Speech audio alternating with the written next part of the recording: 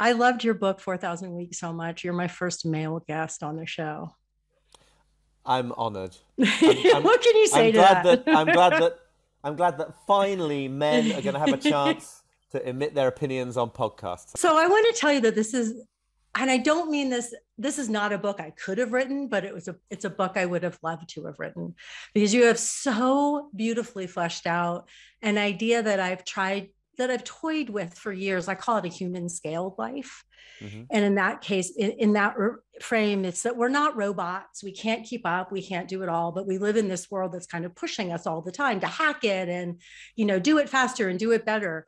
And you've given such eloquent words to what we can do when we realize that we will never do it all and we'll never stay on top of everything. And what happens when you realize how brief your life is and how many hard choices you need to make. So I just wanted to thank you. This book has been really profound for me. I'm so happy to hear it. I mean, obviously, there's literally nothing better, as you know, I'm It's sure, so true. when you put things into words to know that's resonated in that way. So thank you. I wanted to know when you were writing it, did you have a concern that it could tip into a sort of nihilism? Sort of, well, clearly I can't do it all or stay on top of it. So what the hell? Yeah, I think there's sort of two opposite concerns that I had. One is that the idea that like if you can't do everything, why bother doing anything? Yes. Um, and that has been sort of the risk of the interpretation of a bunch of things I've written, I think, because I'm sort of pursuing this, what I hope is a kind of bracingly pessimistic view of the world that is kind of liberating and energizing and involves facing reality and as a result being freed from various necessary Illusions. anxiety, yeah, and unnecessary anxieties. But it always is a risk, I suppose, that it just looks like just pessimism, pessimistic pessimism, not bracing pessimism. And then the opposite risk, I think, that some people react just to that the title of this book, 4,000 Weeks, by thinking that what they have to do is that it's a sort of call for very, very stressfully and self-consciously seizing the day, and like you have to do extreme sports every weekend or something, or travel to as many countries as you possibly can. Otherwise, what was your life? And I don't, and it's neither of those things, and we can talk about that. But like, I think the reason that these are obvious risks of misinterpretation is that, like, yeah, this is sort of on some level, this is hard stuff to face and think about, and it very easily gets diverted into one of those two uh, alternative lanes, I suppose. I've been using the book in the last month. I have a community and I create an audio every week that's meditation and journaling prompts and things like that. And I've been using it and drawing on it. And I found myself struggling with that, like how to, and just turning to the pages of the book over and over again to quote you because it's a fine point. Mm-hmm. It's subtle. And I think that's one of the things that we're losing in a lot of our cultures right now is the ability to make those subtle distinctions.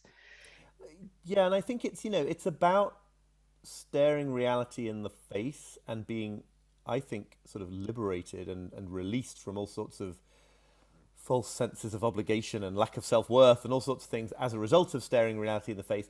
But I also don't think that probably any of us can completely and comprehensively stare reality in the Not face. for And very long, not without a drink in my hand. right, exactly, exactly. So, I it's to do with sort of really following through what it means to have finite time. But it isn't really, it could have been another book that would be about sort of really thinking through mortality and sort of death and dying, and that is not the focus here. And, I don't make any claims that that is a confrontation that I have like fully managed myself or anything. I think it's just different ways into sort of coaxing oneself a little bit closer to seeing things the way they really are, because it's actually ultimately freeing to do that rather than terrifying. Yeah. It reminds me that this place that we're exploring of that moment you can arrive in if you're a meditator, where you're like, oh, I actually don't have a self. Right. And nothing, in that not those non-dual moments where everything sort of dissolves and it's scary, right? It's scary because you come up against that. Well, what does matter? And why do anything? And I almost got whiffs of that when I was reading the book, that state that I've Well, it's touched and run away from. yeah. I mean, it's such a good parallel, because it's like it's it, it it's all to do with, it's a very difficult idea to express, and I may not be able to, but it's to do with this idea that what is scary about about sort of letting yourself fall back into the reality of how things are is the degree to which it challenges certain illusions that we may sort of stake a lot of our security. There's a wonderful non-dual teacher called Joan Tollefson, whose work I really have benefited from, who points out somewhere that like this idea that everything is impermanent and everything is changing and everything is transient, it's only terrifying so long as you don't quite carry it to its logical conclusion, and then you sort of imagine that you are this kind of fixed, permanent little self being bounced around the chaotic world like a billiard ball. If you can actually start to see that applies to the self as well, you get this kind of relaxing into just the isness of the world. I mean, this is probably getting too profound for the first 5 minutes of a podcast, but not at all. I can feel that. I feel that in my body, and I got a lot of that when I was reading the book.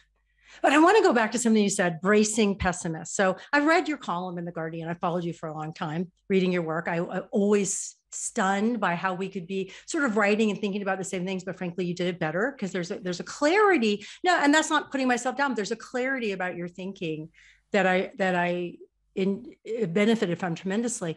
But I used to feel kind of ashamed when I would read you when you were a little bit more pessimistic than who you've become, because there was that sort of self-help sucks, don't like be really, what's the word I'm looking for?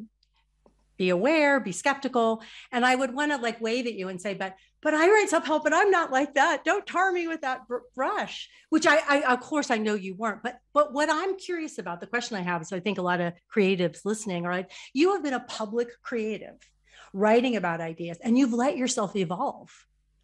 Right. I mean, thank you. And yes, I wrote that column for The Guardian every week pretty much for like 12 years or something. Was it that long? Astonishingly large amount of time. I feel so old.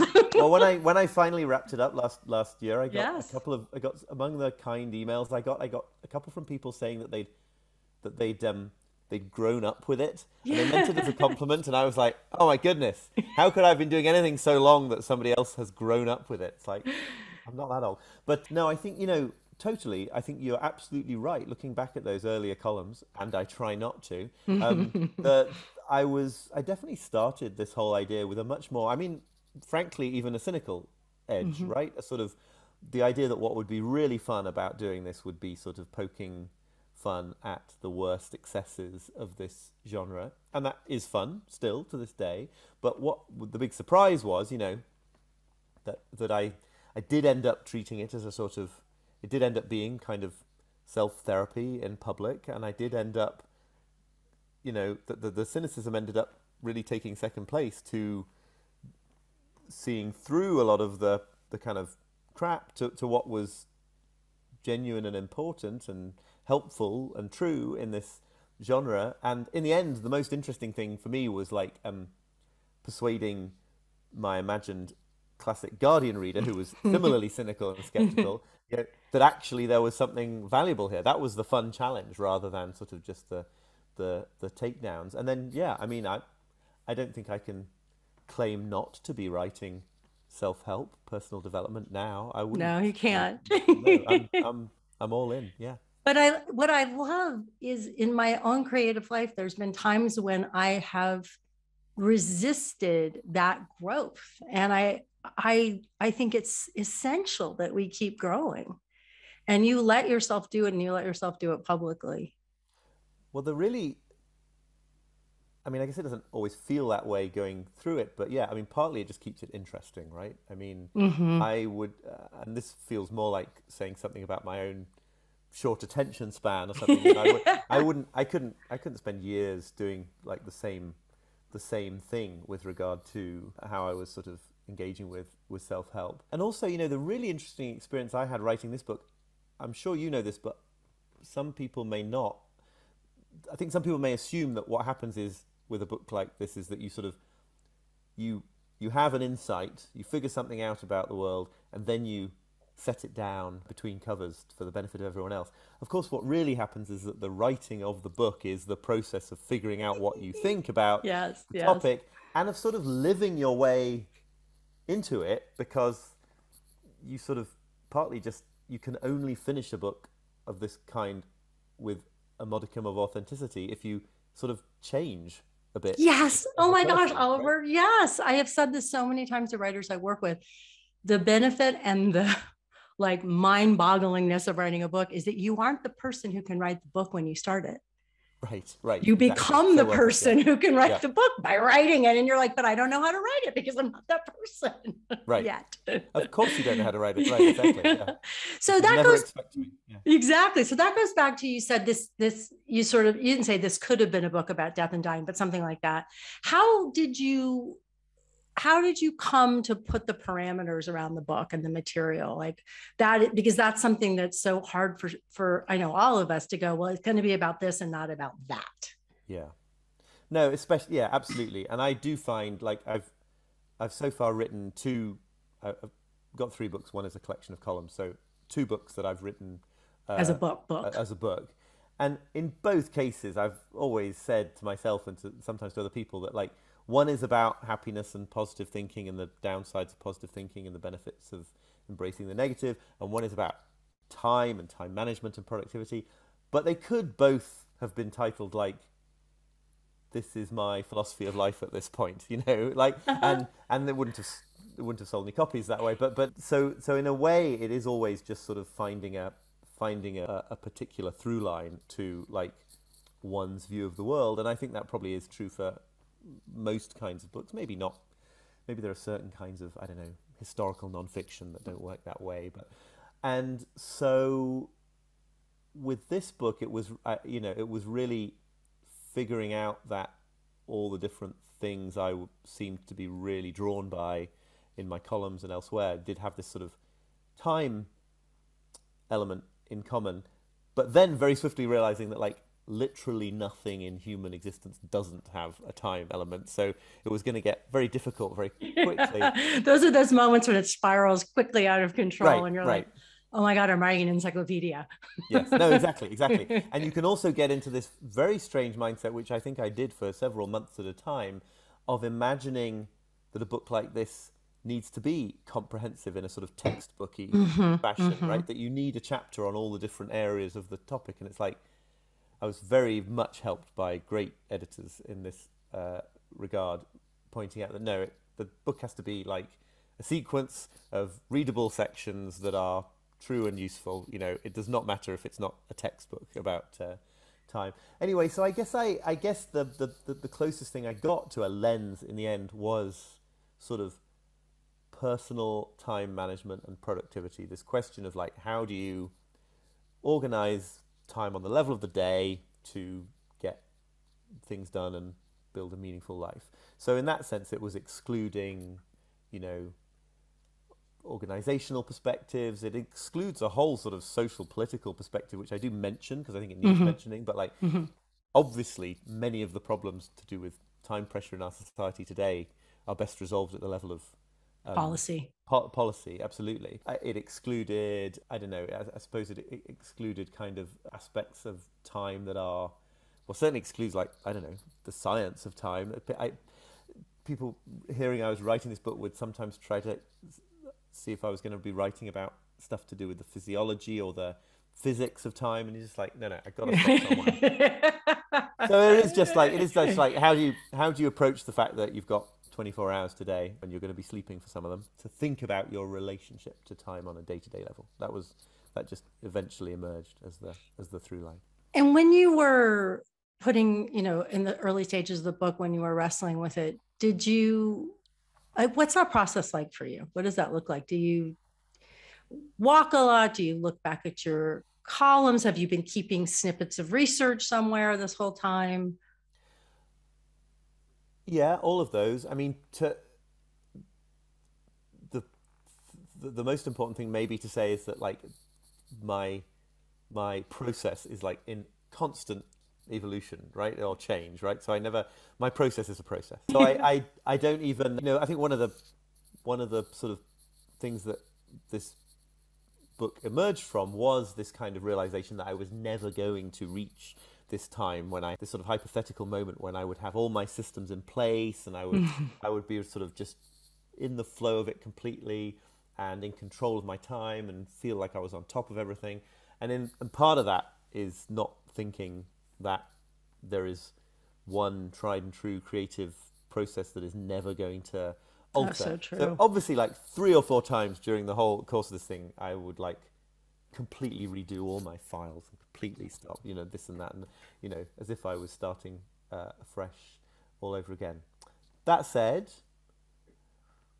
yeah, I do sort of have many sort of messy digital files of scraps from here and there.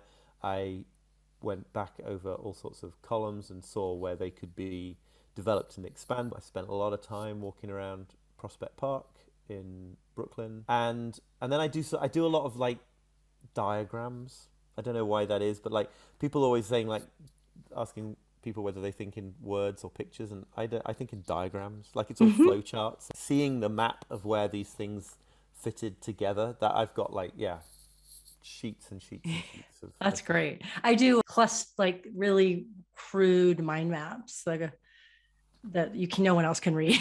Right. No, exactly. It sounds very similar. That sounds really similar, actually. Yeah. And that's the only way I can think at certain times in the project.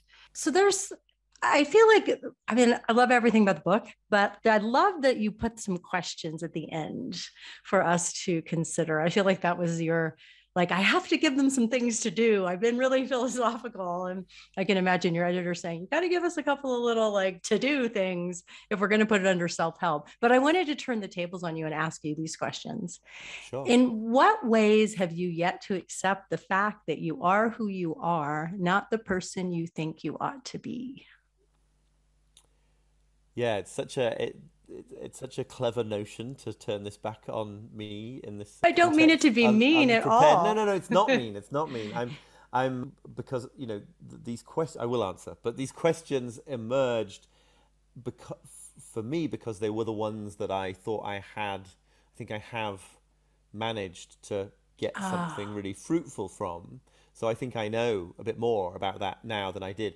But you're asking very legitimately the ways in which there's still further to go in that respect. So on this question, I think immediately of, the long process of sort of going all the way back to university, really, right? Of sort of trying to excel in certain things and then trying to sort of excel in certain genres of journalism and eventually sort of figuring out that the kind of writing that I've done in this book, I think, is much closer to what I sort of long to do, which is not particularly topical and newsworthy and isn't necessarily current with events and exciting in the way that journalism is supposed to. This is a garbled answer. I should give the answer looking... Oliver, it's not a garbled answer. You know what it reminds me of? I was teaching some writers yesterday, and do you know who Lev Grossman is, the fantasy writer? Yeah. Have you read that column? It's years ago when he wrote about how he wrote 2 novels that were fine but chilly, and he thought he had to be a literary novelist, and yet all along he loved fantasy. So while he was getting his comparative literature degree at Yale, he's reading fantasy at night. And it took him 17 years to say, this is what I really love, and this is what I really write. I just think this is such a universal thing for creatives, to let ourselves not only love what we love, but find what are our natural strengths. I mean, I have certainly struggled with this, so I love your answer. Yeah, no, I still feel like I'm going to be tough with myself though and say that it was a little bit of a get out, because I was saying how I thought I had already made wonderful psychological progress, and the interesting question is, where do I have? Yeah, what have you yet? You did put that word "yet" in that question. Yeah, but wow, my mind is blank right now. I think, to be honest, I think that the thing I write about in the book about this kind of felt urge to get on top of everything and to feel like you are sort of limitlessly capable of meeting all the obligations that you feel are put on you. like I've come a very long way, but I have not sorted that out. Like I'm not like at the end of that process, and I'm still sort of very often, especially at the moment, with now this book is out and I seem to be getting an awful lot of emails and stuff in relation to it. It's like it's very tempting to slip back into that mindset of like, oh, I've got to somehow get through all of this so that I can sort of place a flag on the summit and say like I've got on top of all the stuff. I And thought so, that yeah, that yeah. I thought I'm that exact thing when I saw that the book, debuted on the New York Times, debuted on I forgot what the UK lists are. I'm Sunday sorry, Times. Yeah, Sunday yeah. Times. And I'm like, oh man, this is fantastic for him. I'm so happy. And then I thought, oh, that's going to be challenging because for Yeah. me, what would happen is I'd be like, I'm here. I'm where I've always wanted to be. And I could see myself totally getting caught back again in some sense of identity and specialness, and Yeah. then I would just go down the rabbit hole of that. To me, it's like I feel like my whole body seizes up, and Yeah, no, I can totally vibe with what you're saying. And for me, the old stuff that gets triggered by that. I mean, I'm not saying that I don't get the sort of grandiose "I'm a big deal" thing. I think that well, you does are a big deal. well. Thank you. That's not helping. But And I was going to say, what's the other part of the famous quote? You're perfect just as you are, and you could use a little improvement. But the other thing that has certainly sort of dogged me from young adulthood, and which I think I have come to terms with a lot, but it's still there, is like if you do well in something, one of the main things that has always done for me is to just like set one notch higher the bar that I must now keep reaching, So it's like I honestly say, like the moment that I heard that news about the book being in the bestseller list, I was totally elated. Everyone involved in the book, publicist, agent, editor, were just thrilled. It was probably only about 20 minutes after hearing that news that the thought first occurred that like, wow, I really hope it is there a second week, because like I've got to keep that standard up or something. Actually it was there a second week. It was amazing. But like, now a third. I think this is this fixed mindset thing. I think yes. that Carol Dweck writes about, right? One of the ways I've always responded to any kind of success in my life is thinking like, oh no, now I've got to be that good next time. And it's like so perverse and stupid, but it's so I think baked into so many of us. And I've worked with people before who got praise really early for their work and then stopped, right, and didn't do anything else because they're like, I can't live up to that praise. Yeah. I mean, we hear more about people who were hurt by unhelpful criticism or too sharp of criticism, but I think the opposite can happen too. Yeah, well, good. I love that conversation. So one of the things I see a lot, speaking of people that I work with, is this real fear of choosing the wrong project. This real fear between different project ideas, so that they get paralyzed, or they get halfway into it and then they're like, this is the wrong choice. I should have chosen that. Have you experienced that, or is there anything from writing 4,000 Weeks that you would offer those creatives? Yeah, I mean, I think it's such a natural and understandable feeling. It reminds me specifically of an exercise I write about doing in the book, where I stared at a painting for 3 hours because I love that. An art historian at Harvard makes all her students do this, and I decided to go meet her and do it myself. And we can talk about that, but one of the things that you definitely think within the first half hour of that is like, oh, I've chosen the wrong painting to stare at, because it's going to be, the commitment is too great. Let's come to that in a minute, maybe. But yeah, I think, it's just baked in to the fact that the sort of limitations that there are on our time mean that we have to choose, not just, we have to choose among things that are all super worthwhile and worth doing. And I come back to that quote that I mentioned in the book from Elizabeth Gilbert, quoting somebody else. I don't think she says who it was, saying that, you think that everyone talks about how you have to say no and get better at saying no, and everyone thinks that means so that you can say no to all the things you don't want to do and focus on the things you do want to do. But actually it's harder than that. You have to say no to lots of things you do want to do, because the number of projects that are going to draw somebody, that are going to make somebody feel that they're incredibly useful, worthwhile uses of their time, are going to exceed the bandwidth that they have to do them. And then the second problem is going to kick in, which is any project that is dear to your heart and that you embark on and that you let yourself be sort of vulnerable about and risk failure at,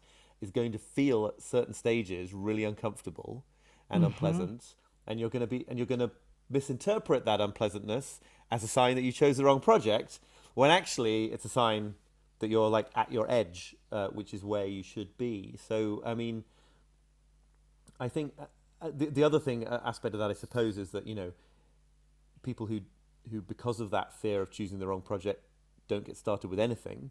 And I also sort of think that's something I write about and that I've known personally for sure. There's a great sense of security and control in not launching any projects and in keeping them all potential. In thinking to yourself, like, I could probably do any of these things and I'm not going to do any of them for now. And that means I'm sort of in the driver's seat. And the moment that I choose one and have to say no to the others for now, like, just to switch metaphors, that's like I've thrown myself on my raft onto the whitewater rapids and I don't know where it's going to And I take don't me. have a paddle. Right, exactly. So I mean, I think for me anyway, understanding a lot of this has always just been the key to dealing with it, right? Once you see that, like, that's going to happen, whatever choice you make, once you see that you're going to think you chose the wrong project, whatever project you choose, there's a liberation in that, because you can sort of, you stop thinking that something is down to your failing or your mistake, and you see that it's just sort of baked into the human condition. Then you're like, oh, well, all right, fair enough. I mean, that's really also what the book teaches you. And again, to go to that place of nihilism versus hope, there's a way that you over and over again make this point, which is that when I give up doing it all, tasting it all, reading it all, writing it all, visiting it all, loving it all, whatever, then I'm like, well, what's here now? What's actually, I mean, that's how I took it, Oliver. Like, what am I actually devoted to here in, you know, and I'm devoted to Bob, and I'm devoted to my students, and I'm devoted to having a really genuinely helpful conversation in this moment. And I can be here with that. I can be here with you, where in the past, I might have been like, oh God, I can't wait I got to get over this conversation so I can go do those other things on my to-do list. But it's, and I mean, I think you're conveying something very close to what I think of as the sort of central spirit of this, which is like, the reason you can do that, I mean, I'm speaking for myself, but the reason you can do that is because you have seen that the other thing you were trying to do before is a kind of impossibility. It's like, I mean, I think this is probably the unifying, if I have like one theme in my writing and stuff, it's something like, stop distracting yourself and beating yourself up about your failure to do things that cannot be done, that are like making 2 + 2 add up to 5, right? They are not, it's like beating yourself up for not being able to jump a mile in the air. It's like these are just things that are not in the human gift to do. And there's a quotation that I use in that the epigraph to the book from Charlotte Jocko Beck. What makes it unbearable is your mistaken belief that it can be cured. And I think that just sums up this notion for me that, like, you don't have to see it as a problem to be solved, that we are finite creatures with limited time and limited talents and limited, all the limited legacy of where we find ourselves in history at this moment in time.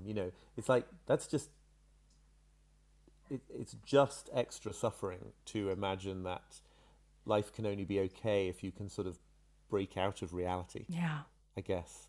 Yeah. And I just, and that to me, that's why it's bracing pessimism, right? Because it's like when these illusions die and you just sort of fall back down to the ground, it's like, great, I'm on the ground. It's like, there's actually, I'm right, basically okay here on the ground. Right. Instead of constantly strenuously trying to keep myself like above the ground, like a cartoon character running off a cliff or whatever, you know? There's a meditation teacher. I think his name is, oh, I'm going to get it wrong, but I don't remember his name. Oh, terrible. Maybe I'll put it in the aside. But he has a reflection. What is here now if there is no problem to solve? Right. And I've just been loving that because it's one of those reflections that just makes you go, well, what is here? Yeah. And Yeah. it makes me so aware of the problem solving and the control that you write about in the book, which I think goes back to this question about creative projects. It's a control issue. It's this illusion that I can control this. I can choose the perfect right project and execute it perfectly. Right. And you keep touching on that in the book in a way that I never thought of myself as someone who was interested in control. I feel like I'm such a bumbler, but you made me realize, oh, I mean, I have been trying to control the pandemic. I have been exhausting myself trying to control a global pandemic in my head, which I mean, I think, is no, and I think, ludicrous. well, sure, but I think it's also so natural. I mean, I think control is such a broad concept. I have often thought of myself as someone who's like trying to control things, but I've never been, say, you know, I really don't think I could be accused of being the kind of person who tries to like control other people. It's just, for me, it's been very sort of inner directed in that very unhelpful way, but probably makes me slightly easier to live with, but more miserable, I would imagine. But control just means, I mean, the way I'm using that term anyway, it's just this attempt to somehow sort of get outside of or on top of life and reality and feel kind of in command or secure or just not vulnerable to events in the way that we are all completely vulnerable to events. There's that quote I use in the book from Bruce Tift. I don't know if you know him, psychotherapist. He lives in the next town over. Oh, you're in Colorado, right? Okay, Yeah, yes, okay, yeah. Who talks about how much effort we put into trying not to consciously participate in what it feels like to be imprisoned and constrained by reality, basically. It's like we're because we're these material beings with minds that can project infinitely and come up with infinite thoughts and sort of connect to infinity, but then here we are with our limited time and our limited capacities, and like finding a way to sort of live with that situation is just what we're all facing in one way or And another. it's so essential to the creative process. It's like, I remember when many years ago, my no longer, but at the time, my sister-in-law had always wanted to be an artist.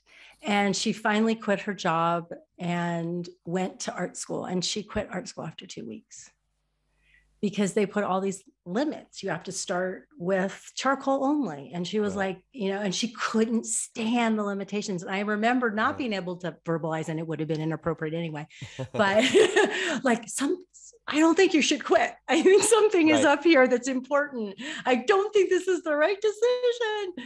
Of course, I didn't Right. say No, that. then that sounds like, right. People, we're all sort of railing against the constraints of where we are and thinking that some kind of creative practice or change of life would make us would put us in touch with this kind of infinity. But no, what they know at art school is you need constraints there as well. Yeah, you need constraints. Absolutely. Do you think that there's a great reset happening because of the pandemic? And do you think that part of that is rejecting this toxic productivity, this go, go, go, this you can hack life?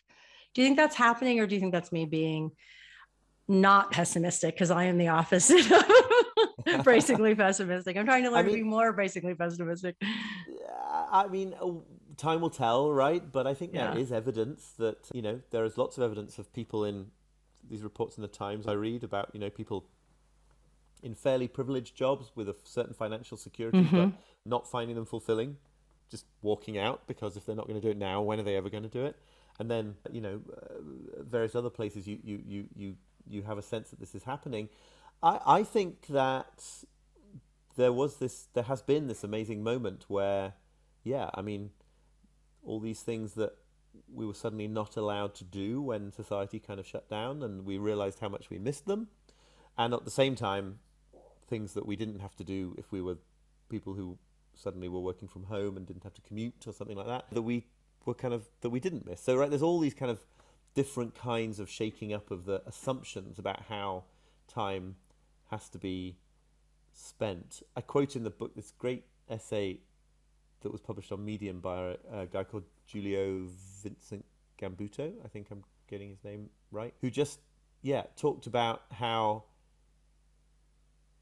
there's just this extraordinary sense of possibility, not because life in lockdown is good. I'm not one of the people who thinks like I wish it could continue or something, but just that if society can change that much for this reason, like what can't be done? And he uses this great phrase about how like we get to like we have this opportunity like Marie Kondo our time now, right, and decide what we let back in What because it brings us sparks joy. joy, and right, and what doesn't, and just to become more conscious of Mhm. it. And that's all that happens in kind of moments of epiphany like that.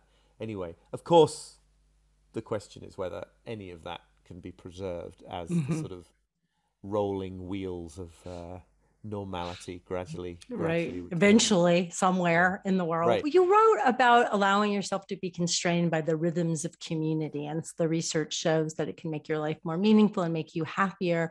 And you wrote that also it was ironic because you left the Guardian so you could have more freedom Hmm. to write this book and to have your own time. One of the things I was aware of when I was reading that though is, and maybe this is because of the pandemic, I don't know, but so many of us don't find those communities. We're lonely and we don't seem to have access to those rhythms of community. Right. Absolutely. And I mean, Are we this. just not willing to be messy with humans anymore because we can do everything behind screens? Well, this was one of the areas of the book that it was very important to me to include this section, but certainly it's one that again I haven't sort of perfected in my own life, and one where maybe the sort of policy level of things Mm. is more important. Briefly, just for um, people listening or watching, I mean, it's this idea that the pursuit of individual time sovereignty, which we champion so much, and everyone's goal is to be more and more and more in control of their own time, leads to this situation where everyone is sort of desynchronized with each other. But of course, lots of other factors lead to that too, right? So the great irony is if you're working for a big box retailer in a fulfillment warehouse, called into shifts that are determined by algorithm based on sales volume, and you have no freedom. That's an impossible life to try to coordinate social life and to belong to community organizations because it's so unpredictable. But equally, if you're a sort of relatively privileged freelancy writery, you Digital know nomad, right, right, or even just a person like you and me. me or you, right, not Right. digital nomads, but sort of setting our own agenda to a great degree, we too are desynchronized from all our similar friends because we've all got different schedules and work Mm-hmm. expands to fill the time available, and suddenly it's impossible to, like, even in non-COVID times, to find an hour when three friends are all free Mm-hmm. to meet for a drink.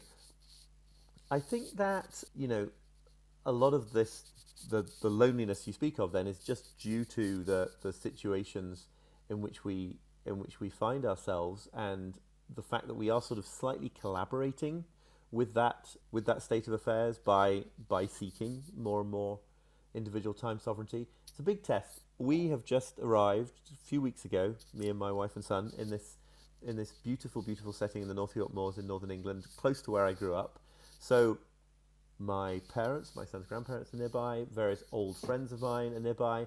That's all lovely. On the other hand, like, we don't know anybody apart from them, and at the gate of the minuscule school that my son is attending, like, everyone's a stranger to me. So whether I've just made all this a lot harder for myself and what's I going to thought happen, I about mean, that.